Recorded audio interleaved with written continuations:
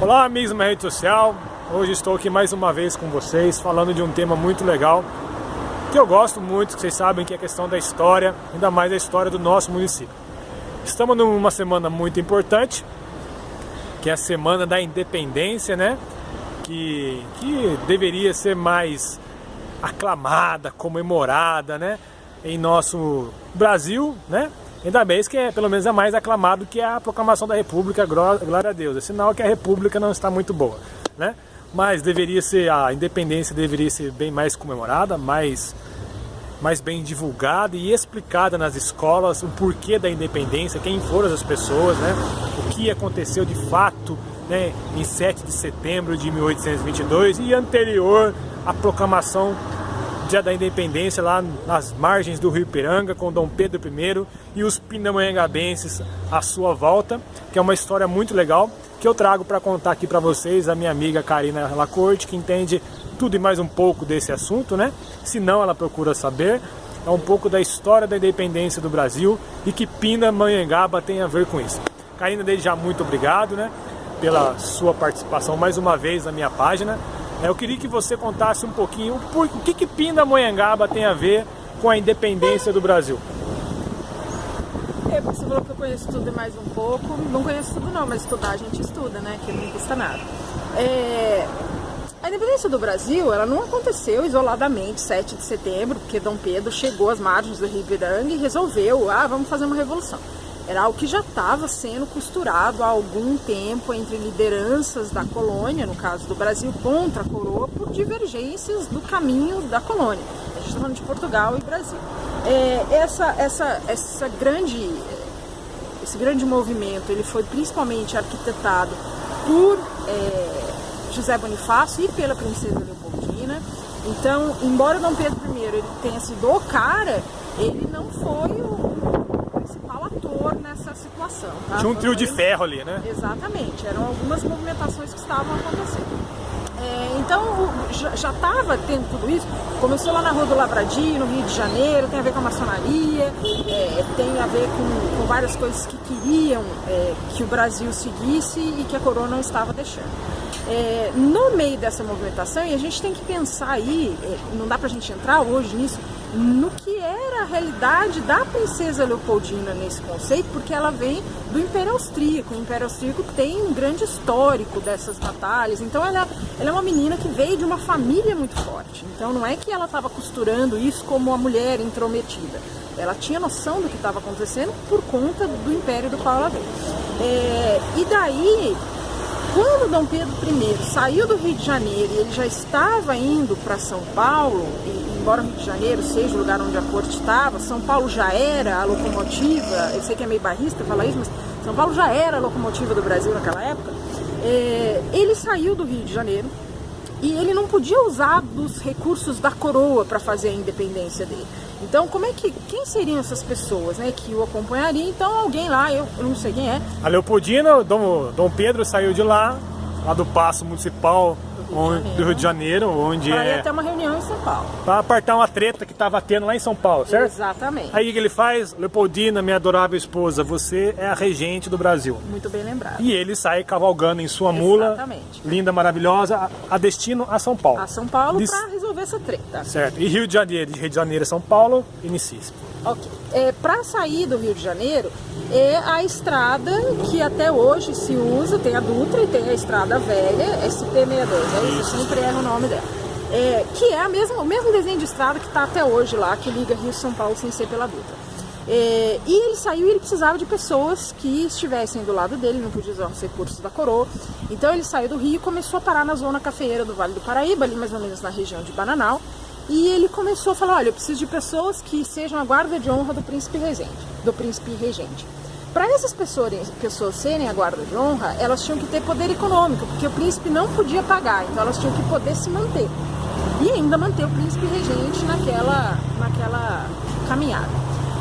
Ele começou a parar, o Vale do Paraíba já era a maior potência cafeicultora do Brasil, ele começou a parar nessas fazendas e começou a convocar, quem quer me ajudar? E daí a gente tem a manifestação, em sua maioria, de filhos dos senhores do café. E Dom Pedro era uma pessoa popular, querida pelo brasileiro, né? Super querida pelo brasileiro, ele era super brasileiro em termos de hábitos e de... Se vestia como tropeiro. Tava assim... Detalhe, tava todo mundo de tropeiro nessa viagem, não tinha ninguém de farda, não tinha ninguém de cavalo branco, tava todo mundo de mula. Então a tropa geralmente fazia o que hoje é equivalente a 20 quilômetros por dia, que é o que dá para uma mula viajar enquanto tem luz do sol. Então ele foi, parou em Bananal e falou, olha, eu preciso de pessoas que façam parte da minha guarda de honra. Aí lá, 2, 3 filhos de fazendeiros se manifestaram. E ele foi vindo, né? Parou em Lorena, parou em Guará. Aí ele chegou e pernoitou aos pés da Figueira das Taipas, aqui em Pindamonhangaba. Que é lá em Moreira César. Que é lá em Moreira César. Bairro Taipas. Bairro das Taipas. Às margens da SP62. Exatamente, coladinho ali. E daí, porque a gente fala dos 20 quilômetros, que era mais ou menos 5 milhas, mas entre Guará e Pinda tem mais. Então por isso que ele precisou pernoitar ali. Então ele pernoitou ali, daí teve uma comissão de pessoas que saiu daqui do centro, que foi encontrar com ele no meio do caminho, porque Pindamonhangaba já era uma cidade que tinha boas relações com a coroa, era a maior região de café dentro do Vale do Paraíba. E daí quando ele veio, assim, eu não sei os números exatamente, mas foi 3 de Lorena, 2 de Guará... Mas tá no livro, quem quiser tá em livro. Né? Tá em livro o número exato. O Piorino tem no livro dele, o pessoal da academia tem no livro, só pesquisar. É só dar um Google também que tá lá a resposta. E daí, quando ele chegou em Pindamonhangaba, aconteceu que não foi 2, 3. Foram 17 pessoas que se voluntariaram para fazer guarda, para ser membro da guarda de honra dele. Dentre essas pessoas, antes achava que era 16, depois descobriu que era 17, mas são 17. E no total de 36 membros da Guarda de Honra, então a gente tem a maior parte dos membros de Pindamonhangaba, e a gente tem nomes significativos, como por exemplo, que depois virou o Barão e Visconde da Palmeira, que é ali da casa, hoje em dia é o Museu Histórico de Pindamonhangaba. E um detalhe relevante é que, embora eles eram todos jovens, teve o Barão de Pindamonhangaba, que era o comandante Manuel Marcondes de Oliveira e Melo. Ele já era mais velho do que todos eles, então todos eles estavam na faixa dos 20 e ele estava na faixa dos 40 já. E ele se voluntariou para ser, e como ele já tinha uma posição de destaque, ele é reconhecido comandante da Guarda de Honra de Dom Pedro I. Então a gente tem o primeiro comandante da Guarda de Honra de Dom Pedro I foi um pindamonhangabense. A Guarda de Honra de Dom Pedro I, que são os dragões, existe até hoje. Que são os dragões que fazem a guarda do presidente da República. Lá em Brasília. Isso lá em Brasília, mas é a mesma estrutura, o mesmo pelotão que foi formado na ideia. Mesma conjuntura, né? Exatamente. São chamados dragões pelo estilo de luta. Então, enquanto as pessoas tinham a infantaria, tinha a cavalaria, os dragões eles andavam na cavalaria, mas eles lutavam com a infantaria. Essa é a grande... O título, às vezes as pessoas falam, por que dragões? É por causa disso. É uma definição tática de luta. E daí, esses membros todos se juntaram aqui, e daí ele continuou. Então, em Taubaté ele pegou mais uma turminha, em Jacareí ele pegou e foi indo e formou essa guarda de honra dele. Mas no grito da independência só estavam presentes 10, não estavam presentes os 17. Então eles eram nominados, mas eles não estavam presentes. Então, na verdade, todo o exército que acompanhou Dom Pedro I no grito da independência era Vale Paraibano. E desses 36 Vale Paraibanos, 17 por nome de Pinda, sendo que 10 estavam presentes, e inclusive o comandante que estava ali, bem pertinho do que estava acontecendo. Então a cartinha da dona Leopoldina, o decreto, saiu do Rio de Janeiro, veio a galope, se encontrou com o pessoal às margens do Rio Ipiranga, e Dom Pedro gritou independência ou morte, que eu acho que é um momento muito importante para a nossa nação, né? Apesar de não teve morte, só teve a independência, né? Que é a separação, que é bem mais comemorada do que a proclamação da República, que na verdade a proclamação da República foi um golpe, e no caso da independência foi uma manifestação, entre aspas, mais que popular, que naquela época Dom Pedro tinha o apoio só de São Paulo, Rio de Janeiro e Minas Gerais, e o restante do Brasil ainda se estava naquela ebulição de querer ficar a Bahia apoiava um pouco, querer se apoiar a Portugal, etc e tal, mas a grandeza desse país da dá importância para essas 3 pessoas, né? A questão de Dom Pedro, a questão de Leopoldina e a questão de Bonifácio. Mas é que assim, quando tudo isso aconteceu, não foi na véspera.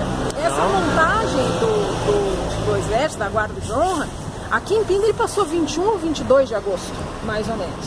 Então ele saiu do Rio de Janeiro em meados de agosto e ele foi formando essa guarda de honra, que daí deu a força, porque ao mesmo tempo que ele estava formando a guarda de honra, quem era essa guarda de honra? Os filhos dos senhores do café, e os filhos dos senhores do café que eram os vereadores ou as pessoas das cidades. Então ele sabia que ele estava costurando o apoio de todo o eixo do Vale do Paraíba, que economicamente dominava o Brasil naquela época. Sim, estava conseguindo apoio político, entre aspas. Exatamente, ele estava fazendo politicagem, literalmente.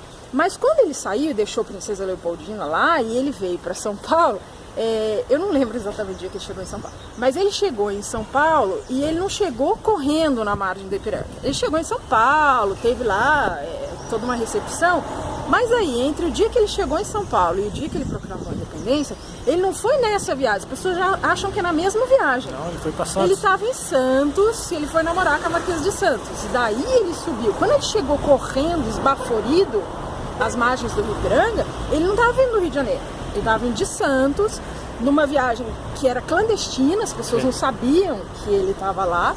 E uma das pessoas que estava com ele era o irmão da Marquesa de Santos, que estava fazendo toda essa articulação de corre para cá, corre para lá e por aí vai. Então é assim, ele vai do Rio até São Paulo, a guarda dele fica estabelecida em São Paulo, aí ele vai encontrar a Marquesa de Santos, quando ele recebe a notificação que Princesa Leopoldina já assinou no dia 2 de setembro a independência, ela era regente, e daí ela manda do Rio para São Paulo, só que daí sempre tem aquela pessoa que vai na frente de todo mundo, né?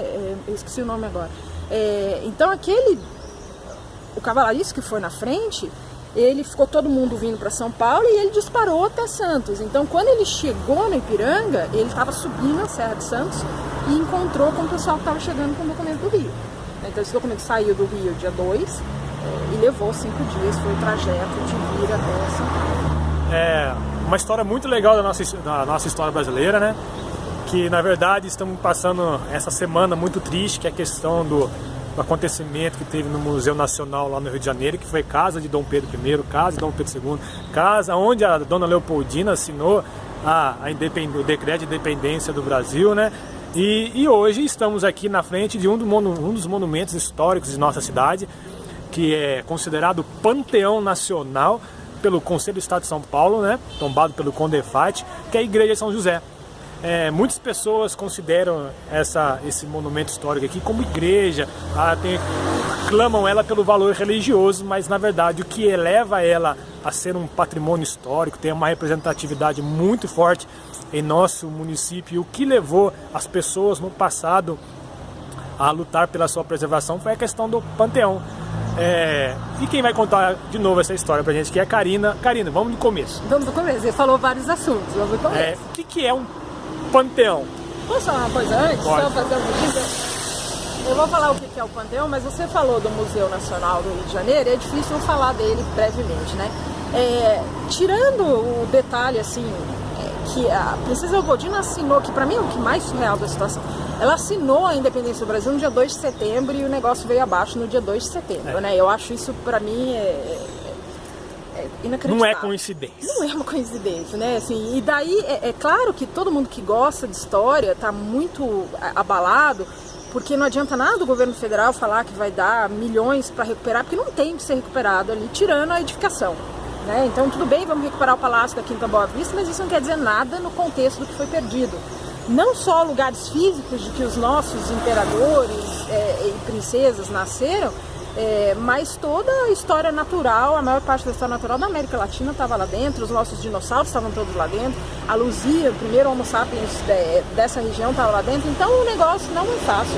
E é importante todo mundo saber que o que aconteceu é culpa minha, é culpa do Gustavo, é culpa de quem está assistindo, todos nós somos negligentes. Mas agora vamos voltar ao que é o Panteão, falando em negligência, a gente está na frente de algo que está sendo negligenciado pelas partes que deveriam estar cuidando, mas isso também é um outro assunto, e também é culpa minha, sua e de todo mundo que está negligenciando. E daí o que acontece? Um panteão cívico, a gente brasileiro às vezes está mais familiarizado com o termo de mausoléu. Mausoléu é onde se enterram pessoas que têm um significado específico. Um panteão cívico, ele é um lugar em homenagem a pessoas que já morreram e que fizeram feitos cívicos para a nação. A pessoa pode ou não estar enterrada lá. O conceito panteão vem da Grécia, Itália, mas... Sim, sim. Então o que é? É uma edificação que faz uma homenagem aos heróis cívicos daquela nação. O fato das pessoas estarem enterradas e tornar aquilo, além de um panteão, um mausoléu, é um bônus. Porque, na verdade, o conceito da Grécia de panteão, do Império Romano de panteão, porque naquela época as pessoas morriam em batalha e os corpos das pessoas que perdiam sumiam, porque quem ganhava a batalha dava sumiço no corpo, porque eles não queriam nem que virasse mártir, ou que, enfim.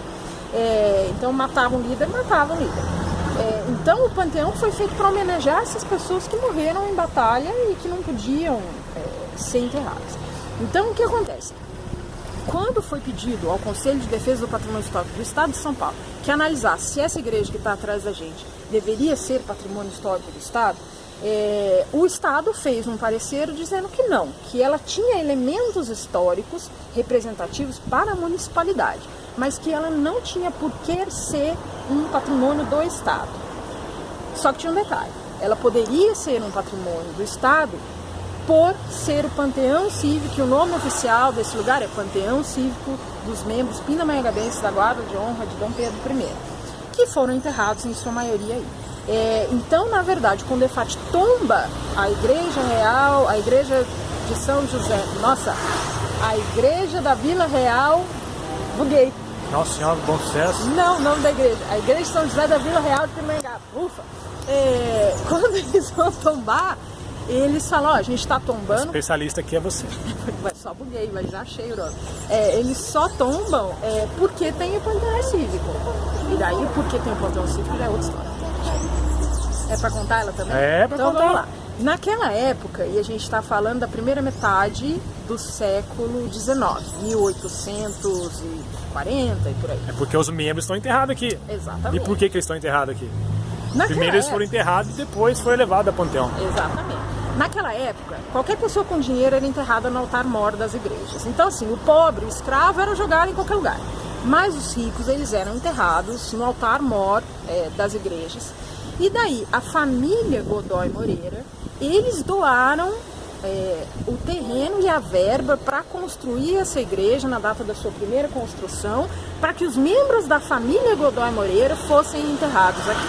Então a gente tem aí um número de pessoas da família Godoy Moreira, assim, independente de guarda de honra, enterrados aí. Essas pessoas estão enterradas, para quem entra na igreja, na nave direita.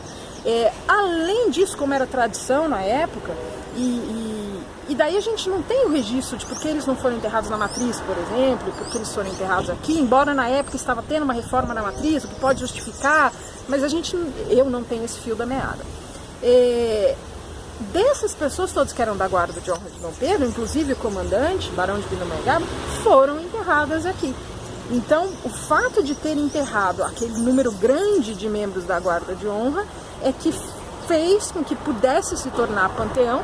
Foi a elevação ao panteão que aconteceu na época da comemoração dos 150 anos da proclamação da independência, quando o esquife com os restos mortais de Dom Pedro I veio de Portugal e pernoitou nessa igreja, passou aqui, exatamente onde a gente está pisando, e ficou em luto ali. Foi esse fato que fez com que ela fosse tombada. Então ela é tombada, tudo bem, ela tem um valor religioso e até histórico da época, mas ela só foi tombada porque ela é panteão, e ela só se tornou panteão porque essas pessoas que faziam parte da guarda de honra foram enterradas aí dentro. É uma história muito legal de nossa cidade, né? Que é pouco valorizada, pouco reconhecida. Porque se fosse valorizada e reconhecida, a igreja não estaria assim hoje, no patrimônio histórico da nossa cidade.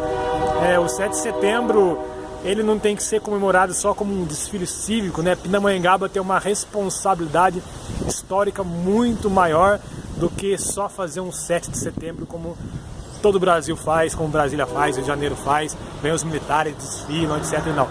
A gente tem a obrigação de contar a história, de viver a história, de fomentar e reviver o que os nossos antepassados, né, fizeram ao caminhar com Dom Pedro I, mesmo não sabendo que ia ter, entre aspas, né, a questão da independência, se ia vir no dia 7 ou não, mas já está sendo costurada. Eles se propuseram e acreditaram numa nova nação, de um novo Brasil, independente de uma política, de um país que era Portugal. Hoje a gente pode falar se foi ruim ou se não foi ruim, né? Porque a gente tem os olhares para a história, né? Então naquela época existiam outros fatores e que com certeza pindamonhangabenses acreditaram nesse Brasil que a gente tem hoje, não nessa questão de corrupção, que cada povo tem sua maneira de evoluir, mas creio eu que eles não acreditavam naquele Brasil tão corrupto que é hoje. Então Dom Pedro acreditou num país unido, grande, unido, com potencial de ser uma grande nação. Não é à toa que o Brasil tem essa formação na América do Sul, onde a América do Sul vivia em guerras espanhóis, cada republiquinha ia nascendo, mas isso é uma outra história.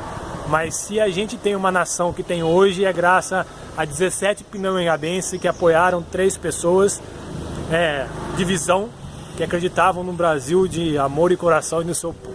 Então a gente tem que valorizar muito a nossa história, muito a nossa cidade, muitas pessoas que estão aí dentro, né? E para não acontecer que nem aconteceu no Museu Nacional lá no Rio de Janeiro, que depois que pegou fogo não volta mais, só fica em memória. E quem visitou uma vez aquilo, privilégio para aquelas pessoas, né? Karina, quer deixar algum recado? Quero só fazer um comentário que você está falando da preservação da história, é um problema da nossa geração, da geração que veio antes da gente. Porque, por exemplo, eu falei que quando, na época dos 150 anos, elevaram o Panteão, isso foi em 1972, em 1822, na época do centenário, foi construído o obelisco que está na Praça Monsenhor Marcondes, aquele que tem a águia, e que depois fizeram a reforma, e daí a gente tem que ficar ouvindo ladainha da população, que precisava reformar. Não, tem que reformar muito mais, tem que investir muito mais. Né, que é importante as pessoas entenderem que a história e a cultura é que faz gerar o que as pessoas tanto pedem, que tem que investir na educação, na saúde, na segurança, que é óbvio que é o mínimo que a gente precisa, mas só tem como investir nisso se o povo tiver educação e a parte da educação que leva a cultura e a história para detectar o que foi lá atrás, para poder ter análise crítica, se serviu, se não serviu, e valorizar toda essa história. Então é muito importante a gente entender o nosso papel de protagonismo nisso. Eu tenho que passar o máximo de história, Gustavo, e todo mundo, que nós temos que propagar a história para não ficar ouvindo ladainha de que não, isso é prédio velho, não importa, ou de que o importante é a saúde. Ok, a saúde é super importante, mas ela passa pela cultura e o resgate de quem nós somos. Desde já, muito obrigado pela sua participação. Você que disponibilizou os seus 22 minutos aproximadamente para ver esse vídeo aqui, desde já muito obrigado. Há tempo ainda de salvar a nossa história, está aqui, o monumento ainda está em pé. Vamos abrir a consciência. Se você gostou desse vídeo, compartilhe com seus amigos. Desde já, muito obrigado. Até a próxima, pessoal. Tchau, tchau.